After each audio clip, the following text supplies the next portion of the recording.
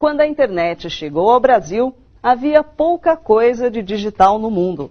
E, na verdade, ninguém sabia direito do que se tratava, e muito menos onde ia dar essa tal de web.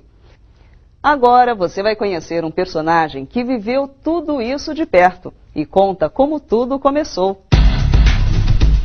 Você sabe como a internet surgiu no Brasil? Para responder a essa pergunta, precisamos voltar ao ano de 1989, quando um grupo de acadêmicos de várias universidades espalhadas pelo país buscava conexões com outras redes acadêmicas internacionais. O professor Demi Getchko era um dos integrantes dessa equipe e nos conta que os primeiros pacotes TCP/IP brasileiros foram transferidos entre Brasil e Estados Unidos em janeiro de 1991. Eram apenas algumas linhas de texto, e-mails simples, mas que chegavam ao destinatário instantaneamente. Uma revolução para a época. Era incrível, porque na época você conseguia entrar em contato com qualquer pessoa e o correio eletrônico na época tinha um grande valor. Em geral, quando você recebia um correio eletrônico, você se apressava a responder rapidamente, porque não havia o que há hoje, o excesso de lixo, de spam. Então as cartas eram todas consideradas de extrema importância. Então o status da ferramenta correio eletrônico era muito elevado na época. Você consegue imaginar que naquela época o backbone de todo o Brasil, ou seja, a conexão mais rápida existente, era de 4.800 kbps, ou quase 12 vezes mais lento que uma conexão de escada.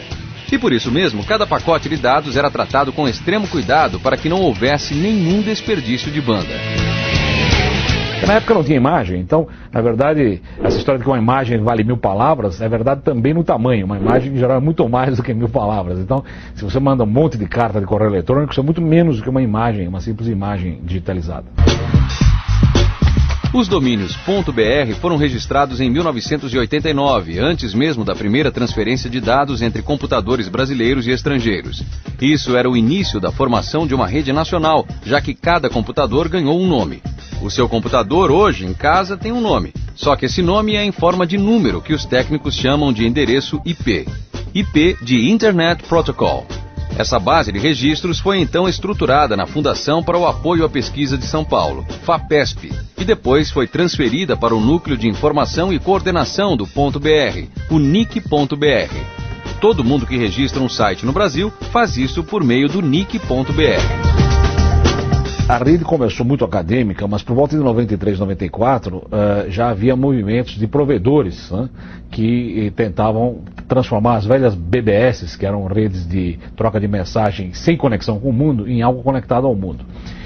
O que trouxe a grande explosão da rede, em minha opinião, foi a existência da World Wide Web. Quer dizer, quando entrou o www, que foi a forma das pessoas criarem sites, criarem conteúdo, isso causou uma explosão, porque isso também permitiu o comércio na rede.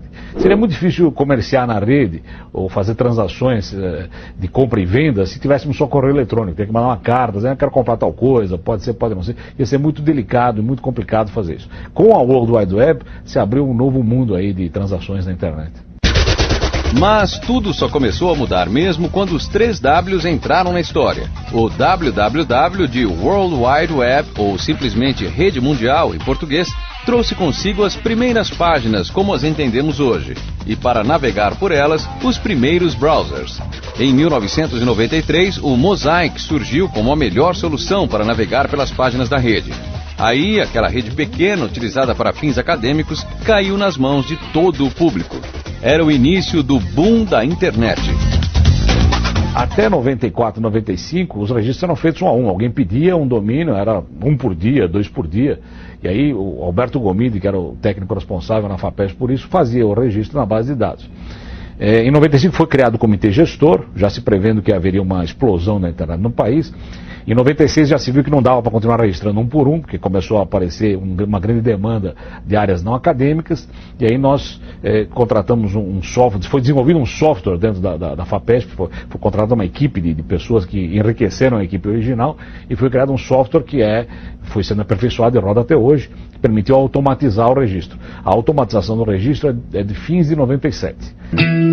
Desde a primeira onda da web, o registro de domínios .br cresce cerca de 20% ao ano. Uma curva ascendente tão forte que algumas regras precisaram ser definidas para evitar problemas. Na internet vale o conceito de quem chega primeiro e registra o nome que está disponível, ele fica com aquele nome se não houver nenhum tipo de problema. Então, é evidentemente que no começo da rede houve uma corrida para nomes, e o comitê gestor tomou cuidado, vendo que isso podia gerar um monte de problemas. Então, se vocês lembram das providências por volta de 97, 98, na época nós tínhamos restringido o registro a um domínio por CNPJ, para garantir que não haveria uma corrida a nomes, que depois poderia fraudar legítimos titulares. Isso foi mantido até 99, quando abrimos para 10 registros por CNPJ, e hoje nós abrimos sem limite, porque a gente acha que quem não acordou até agora para a rede, já é um pouco tarde para chamar a atenção dele. Realmente difícil encontrar alguém que ainda não tenha acordado para a internet. A rede está promovendo mudanças em todo o planeta, aproximando pessoas, facilitando a vida de todos nós. E se tudo isso aconteceu em menos de 20 anos, fica até difícil imaginar o que ainda vem por aí. Mas aqui no Olhar Digital, você acompanha tudo de pertinho. Fique ligado.